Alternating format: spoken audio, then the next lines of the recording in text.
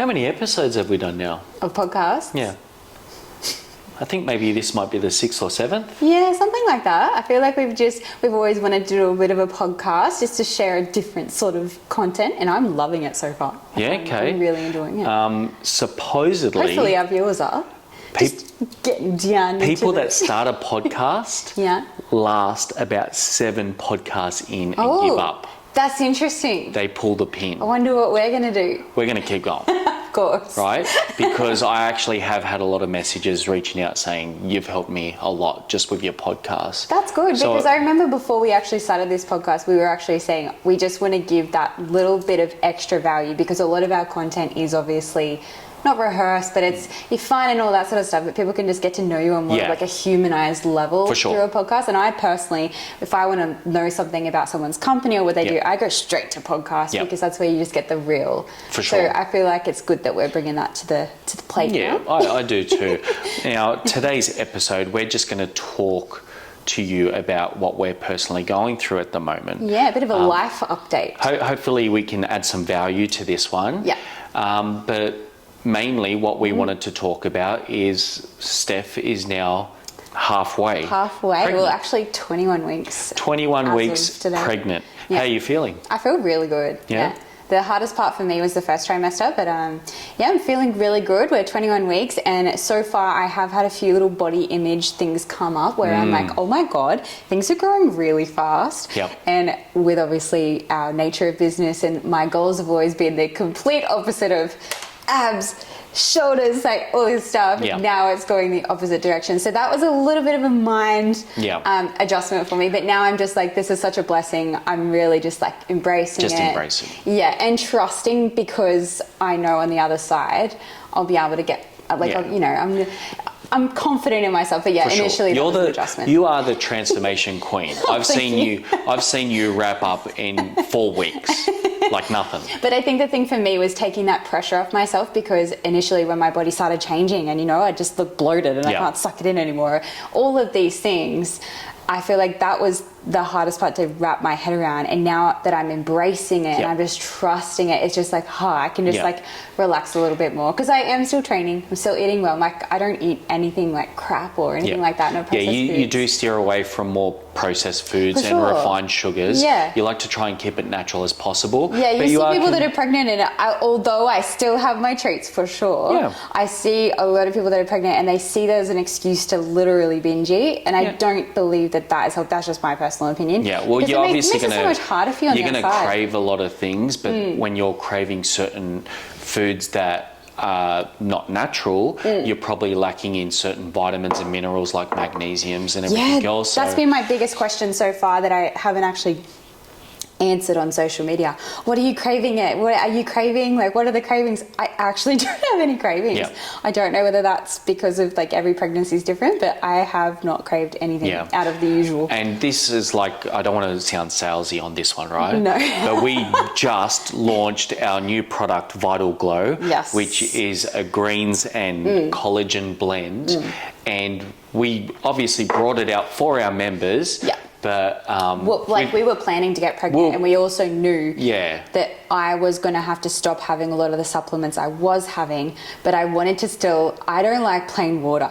I like to have... Yeah, we're very used to our supplements. And when I say supplements, we keep it 100% natural here. Yeah. But I believe with all the vitamins and minerals that are in the greens, that's definitely helped you for sure, because I've had balance. This pre-conception, before I fell pregnant, and then I've had this right throughout the entire pregnancy, and it's been, I wake up in the morning and this is the first thing I drink, and I actually have a second serving of it, and then I just keep filling it and topping it up. For sure. I feel amazing on it, and I do believe, like what you said, without sounding salesy, I do believe that this has been a huge role in me not craving shit, essentially. So it could be, who knows, but I feel amazing having it. So it's got all your greens supplement in there, and it's also got marine collagen, and this is something we wanted to bring on personally for us. Most of the things that we bring on in our company, whether it comes to either transforming nutrition supplements, we're helping ourselves. Yeah, we are helping ourselves. I'm 41 now, and I wanted to,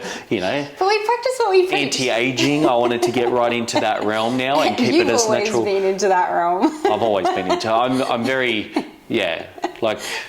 I'm very vain. It's a good thing, though. It's a good thing. It's a good thing to have a standard across the board when it comes to all aspects in life, when it comes to your finances, your business, your relationship. Absolutely. Your health and body is number one. Oh, that's out of whack, then everything else suffers. And I did notice that, like, the first trimester. I was so sick. And when you look good, you feel good. Yes. But then, so this is another reason why we brought it up. But then a lot of our members are in that from 40 upwards. They've been following my journey for a long time. Yeah. So a lot of our members and customers are around that age 40 mark upwards. Yeah.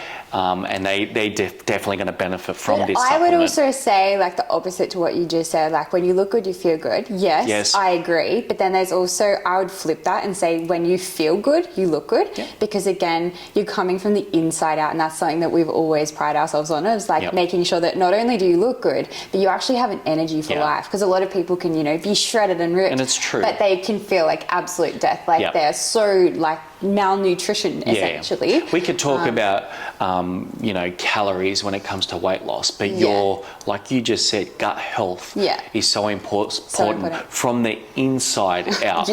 Joel started bone broth. But I am starting to embrace it. I think it's because I'm pregnant. He literally started it when I had like crazy morning sickness, and he's in the kitchen with like just all this shit in a bone. I'm like, oh my god, I'm very onto the gut health at the moment, and another reason why we brought out this amazing supplement. What he did is he's like, oh, you feel nauseous? Well, you can smell this every day. So then let's just go back. Okay, let's get rid of the sales pitch of the Vital Glow. It's not a sales pitch. We're excited that we just launched it this week. Yeah. It's definitely been a beautiful addition to where we're at in life, for sure. Where you're at, just embracing the changes in your body. And it's funny, I'll tell you a quick story. We jumped on this TikTok trend and we pretty much owned it back in the day. It's like I'd pick Steph up and put her on a counter and it would be they know. I want to put you in 7 positions for 70 minutes. You'll get it, babe. And then it just came out. I couldn't help it, Max. Yeah. Okay, so it was like our most viral video. So we just came up with like all these different concepts because we just thought it was hilarious. A few months ago we did another one of those here on this bench top. Yeah. And then Steph's wearing, these denim short shorts. Like little Daisy Duke shorts. And this crop top. So what I said to her yesterday, I was like, oh, let's do that trend. And now that you're pregnant, you're going to show the belly. So it's like, I want to put you in 7 positions for 70 minutes. You'll get it, baby. And then all of a sudden you're pregnant. So we're going to be jumping onto that. So whoever's listening to this podcast, you're going to know. But he also said, oh, so you're going to wear the same outfit. And my initial comment, I was like, that's not going to fit me right now.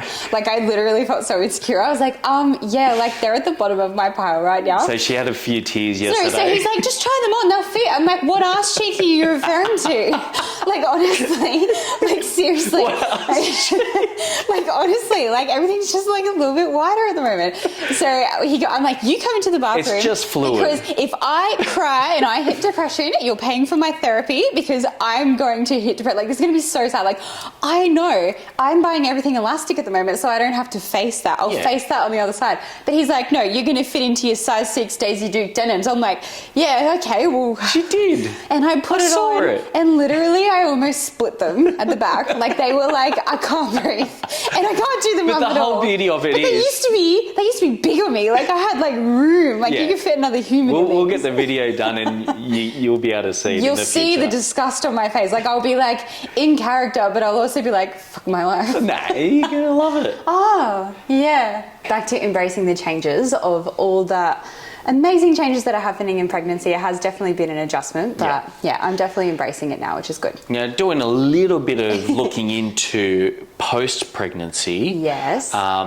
Your calories are up at the moment. You're having a little bit more food. Yeah. And I'm sort of eating every hour, or like every 1 to 2 hours, I'm eating a small meal. Yeah. During breastfeeding, you're going to have to consume more calories to give you the energy to feed our baby boy. Yes. So supposedly, after you give birth, you're not going to get straight back on the bandwagon and off you go all guns are blazing. I feel like you need to embrace that. I feel like that. Not that it would be wrong, and there's probably mums out there that have definitely done that. I feel like that would be actually detrimental to my mental health, because I would then look back and be like, do you know what? I didn't actually embrace being a mother. I didn't embrace that transition from being a girl to a mum. Yep. You know what I mean? Like, there's so much learning in that period, even that first 6 months of huge adjustments. Huge. I think if I then also had the pressure, like I know what it takes to get the body that I'm looking for. I know what it takes. So when the time is right, I will apply myself for sure, all in, and I will start slow. I remember when we lost our first baby,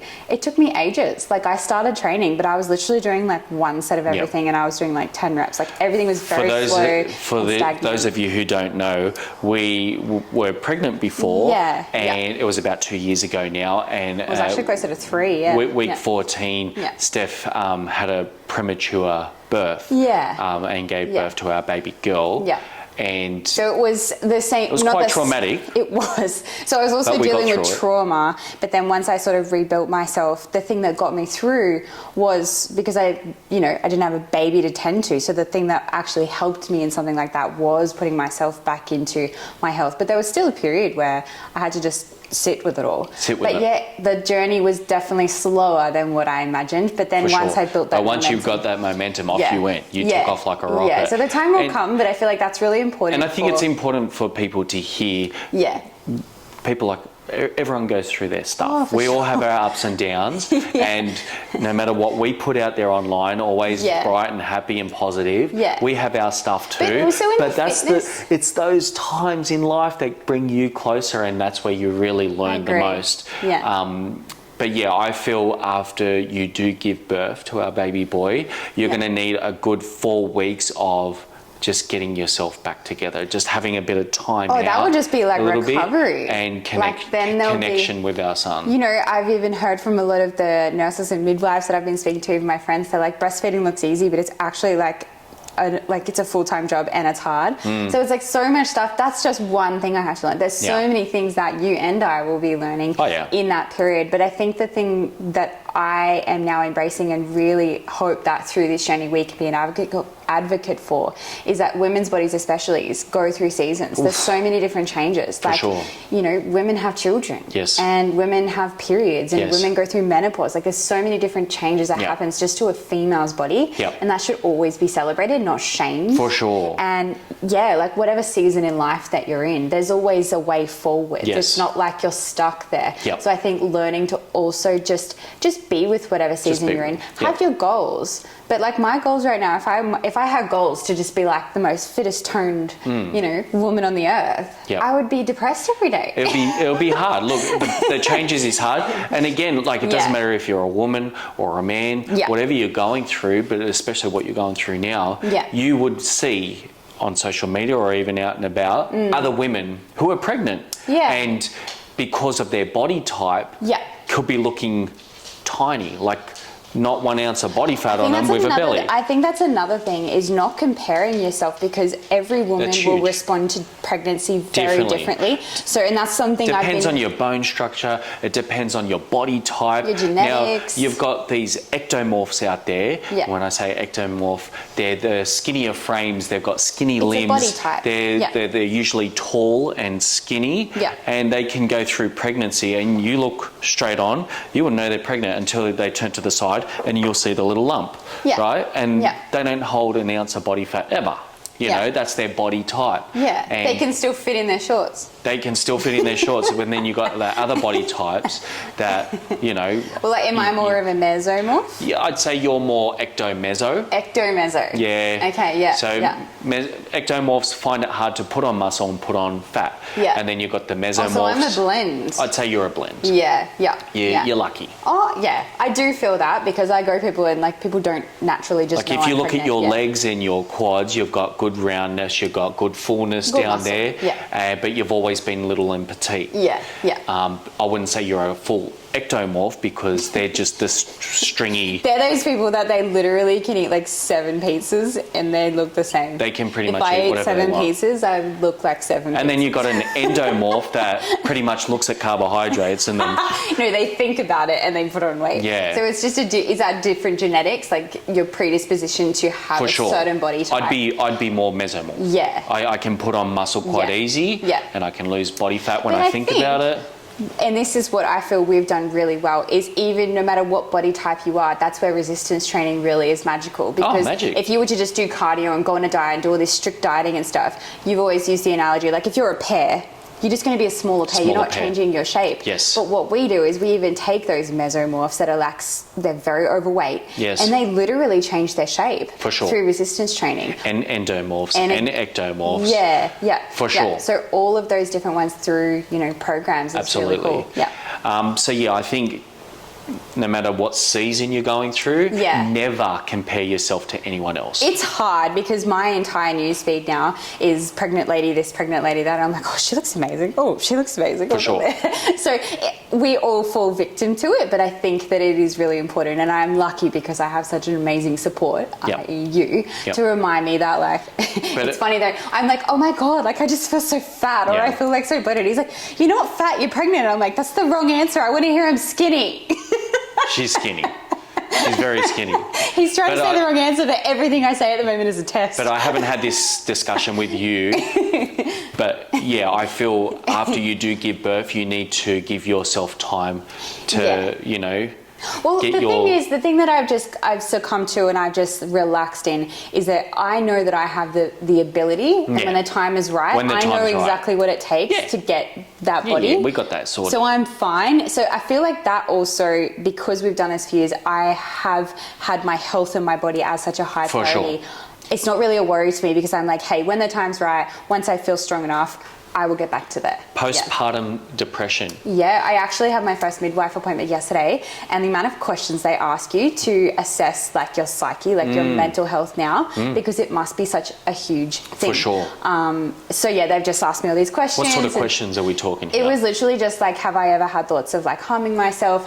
Do I experience anxiety daily? Do I feel low all the time? And you just sort of have like A, B, C, or D, and it's like all the time, sometimes, never. And it was basically a lot of mine. I had a few sometimes of like, if I feel anxious or overwhelmed. But a lot of it was just, like almost never. Do they ask anything about your partner at all? Oh, they do. Yep. Yeah, but they didn't really go into the psychoanalogy of the partner. They just asked about whether, like, this, it was really weird. I wasn't expecting it. And there was like 100 questions. And they're like, will your partner be present at the birth? And I was like, my earth, he will be. And will he still be present after the baby's born? And are you currently experiencing any domestic violence? And all these questions. So the things that they're they important must questions. They really and are. I But feel I feel like it's really good that they're asking that, because they're making women, because the whole point of it is for the hospital to be able to assess you and then give you the support that you need to ensure that the baby comes to a healthy environment. That's awesome. So I feel like that's actually really amazing. And this is like we're going through Sunshine Coast University Hospital. For sure. Had high recommendations. That is amazing that they're offering that sort of support. That is really cool. Yeah. I think it is important But they ask you about your support, they asked you about your support network. They said, do you have support aside from your partner? Are your family involved? Da-da-da-da-da. And I'm like, yes, like I'm actually very lucky. I have so much support, sometimes too much. Yeah. So we are lucky. There's no doubt about it. Steph and myself, very lucky that we've got the same goals. Yeah. Like we're going towards the same goals together. Absolutely. And we want the same thing. Yeah. But there is people out there that are definitely alone.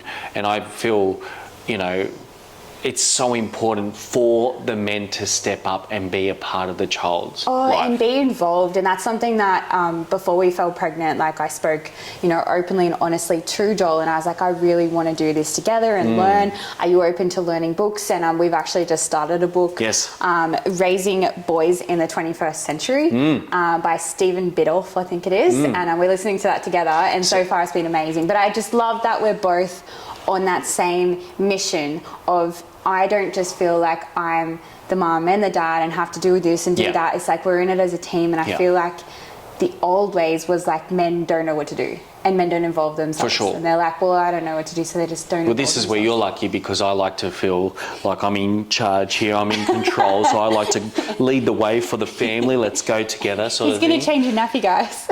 I'll change the nappy. No dramas. Looking forward to it. But no, so in this book it actually touches on that, and it's not as though that the men need to always, like when the baby's first born, predominantly the mother is caring for the child. Like that's just how it is, like evolutionary. Yep. But the dad can be involved and support the mum through the pregnancy. For sure. Be involved and find a job that you like. This is my thing. I like to bath our baby. Yeah. Because this is a bonding thing. Yeah. Or I like to make sure dinner's cooked, or whatever it would be that there's you got your dad hat on, like this is your job. Yep. It's just a way of not only supporting like the child that you've just, you know, given birth to and supported, but it's also supporting your partner through that. So absolutely. I understand, like, men, we've got the world on our shoulders. Yeah. We're carrying the household, we're providing, we're going out, we're hunting, we're gathering it, we're providing for the family. Yeah. So when we do get home, it's like, I've got no energy for this. And we're wearing our uniforms when we go to work, but we need to put on that uniform for the family. We need to find that time to help out. Do you think that a lot of men, when they come to being a new dad, would sometimes feel like a stranger in their own home? Oh, for sure. Like they'd come home and they just feel like not needed anymore because the mum is like, and she's not on purposely like ignoring or anything. She's like, whoa, I now have this human that like literally would die without me. So she's trying to do her best and she's tired and she's got all these things. And then he comes home and he doesn't know how to do anything. He doesn't know how to help. He'll say one thing, she'll bite his head off. Yeah. And again, like you said before, there's seasons for it. Yeah. And I feel you've heard the term mama's boy, so I'm sure I'm going to feel that. Like our boy's going to look up at you and you're going to be God. I'm very excited. But I know there's going to be an age where he's going to look at me and be like, you're God. Age 4? Yeah, so from 0 to 4. Yeah. And I think that first 4 weeks of you two connecting with each other is so important. And I obviously will be there to connect and help out as much as possible. Yeah. But in the book, it was from 0 to 4. Yeah. It's all about mum. Yeah. Mum's number one. Yeah. Right? Yeah. And then very excited. From 4 onwards comes out the cowboy guns, comes out the bow and arrow. They want to look into Spider-Man, Batman. Too. They actually did go into depth with that. I can't remember all of it, but like they do get a surge of energy at 4. Yeah. And they do start looking to dad, like, you know, tickles and games and like we're going to wrestles and all those sorts of things. It's really important whether, you know, you're a single mum or whether you are married or in a relationship, you have those male role models that the child can have, especially if you're having a boy. Yes. Because it's so important for them. Like if they're missing it, they will feel that their entire life. Well, the age, I'm pretty sure. See, when I listen to a book or read a book, I have to go through twice. Yeah. Because that's how I learn. Well, boys are 2 years behind in development that we learn. So they're actually... Well, they always say girls mature faster than boys, but it's just boys are dumber than girls.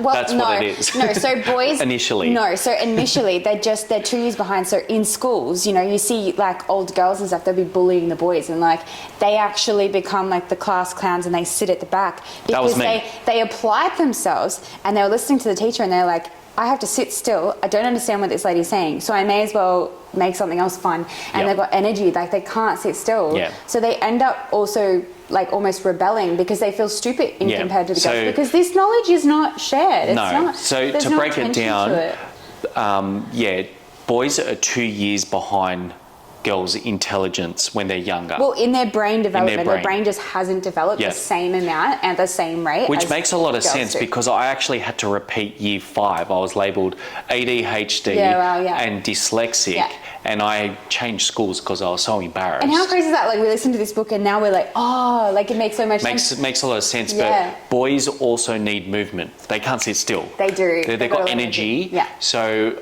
ideally, when educating a young boy at around that 4 to 6 mark, it's all about, you know, getting them up and moving, having a spot in the classroom where they can exert that energy, get them on a skipping rope or something, and once they wear out their energy a little bit, they'll be more sitting down and taking it in. Looking into the appropriate schools that actually cater for different learning styles as well, because there's a lot of schools that are like prestigious schools and they actually work against the children, and if those children, i.e. these boys, aren't getting an A, they're just sort of like, well, you're not a part of this school sort of thing, like you're just dumb. Or, and look, we're looking into this because a lot of the listeners could be like, just go old school and just, you know, just put them into school and just trust the process. But if I think of my schooling, I didn't retain anything. I didn't enjoy it. I felt like I was trapped in a classroom. I felt like I was different. I felt like I didn't understand what the hell they were talking about. And which would have led to, listening to this book, which would have led to, you know, you've openly spoken about your abuse use of alcohol and drugs and Yes. partying and all of that sort of stuff, all of that leads from that, For from sure. you feeling Absolutely. not good enough, from you not feeling listened to, from you not having that Yeah. one-to-one, Absolutely. learning and things that you needed. Not that it was bad, Yeah. it's just that there's not been knowledge around this. Yeah. And I feel like that's why we wanted to look into this, because we want to give him the best opportunity to feel like it's okay to Yeah. be sad or angry or have a lot of energy. It for doesn't sure. mean that you're broken. I just don't want Sports. We can't forget the importance for of sports. But I just don't want anyone that's listening thinking, geez, these two are woo-woo.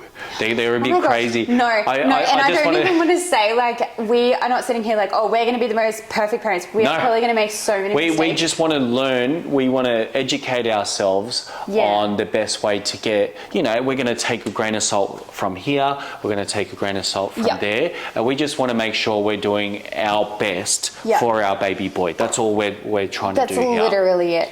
But they spoke about the importance of sports with man. boys. Like It's from like- a young age, they have so much energy. You're going to get the best out of your boys if you are having a boy or you have boys already. Sports is really important for them. Essential. Yeah. Whether it's just one sport or two, I feel like team sports is good. really important. Yeah. But before our boy can walk, he's going to be able to swim. He's straight in the pool with me. You used to be a swimming instructor, so he's got an upper hand. Yeah.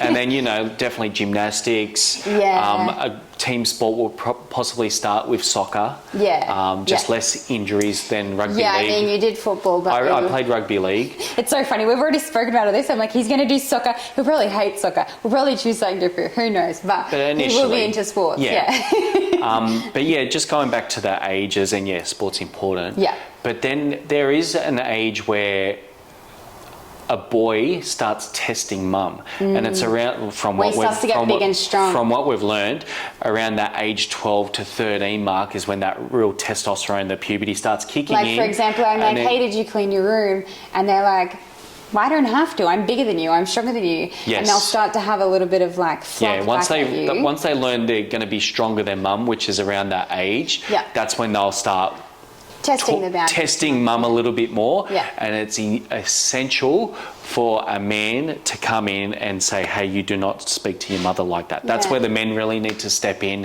and take control of the situation. Yeah. And never hit a child. Yeah, no. We'll never hit a child. We'll treat our child like we treat our beautiful kids already, our fur babies. Oh, there's definitely discipline. Like, if you saw our Good dogs, discipline. you would be like, are those dogs from the army? Like, they're like clockwork, these dogs. Like, we definitely have discipline, but we don't believe, like, I've just never really wanted to, like, hurt an animal or a cat or anything like that. And it's important how we show affection to each other. Yeah. It's important how we talk to each other in front of our child. Yeah, well, what they see, so your daily state, the things you say, your actions, your words, everything, your children become that. It's what he calls mirror learning. Yes. So what they see and what they feel. So if we were always like, F you and F that and blah, blah, blah, he's subconsciously taking that in and he will replicate that in his life unless he gets therapy. Yep.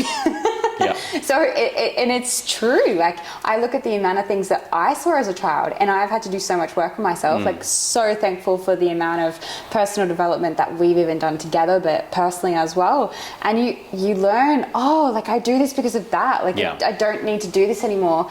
And this is what's given me, especially, like, so much insight of, like, I can change so many things. Like, and that's evolution. That's it. Things are just getting better and better and better. Yeah, we want to do a better job than what we've been through. Our parents did amazing, but they only knew what they knew. Yeah. And now we only know what we know. Yeah. So it's just, I think and that's just, the beauty with all the books that's coming out and all the, social media, like with the connections that we're getting and just the information that we can get these days. Yeah. I feel like it's really important to put in the work, but we're very grateful that our baby boy has chosen us, and I feel like he's going to make us better people. He's going to keep us accountable. He's going to make us better. Like, we already have, like, a psychologist we see, like, we get therapy, we are always working on ourselves to make sure that, hey, like, this is a problem, or this is it, how can we deal with this better, how can we do this? So we're always learning, but I feel like having a child, and I'm sure a lot of families that are already, like, have children know this, when you've got little eyes watching you, you act different. Yeah. Like, you are way more accountable, and For I sure. just think we chose to be parents, like, we've gone all in. We've already done our travel, built a business, all of this. So we're like, let's go all in on being the world's best parents. It's like, I'm so excited because I feel like I've had such a good life, but I also feel like life is just beginning. Yeah, absolutely. I'm like, we have no idea what we're in for. We're born again. Yeah, we're born again. We're born again ourselves. Hello. So we're really excited, and I suppose that's what we wanted to touch base on for you guys this week. So hopefully you got a bit of information from this one. Just halfway, 20 weeks. Yeah. Keep an eye out for the video of the 7 positions. In the shorts that no longer fit me, I'm very upset. And we'll keep you updated with more information and just things we're learning. We don't ever want to claim to be experts. We're not parents yet, so we are probably going to get, as everyone says, a rude awakening. But I also feel like, I don't know, I just feel super blessed. And I know that you feel the same. Like, for sure. Although I know there's going to be sleepless nights, I know that our relationship will probably feel pressure at times.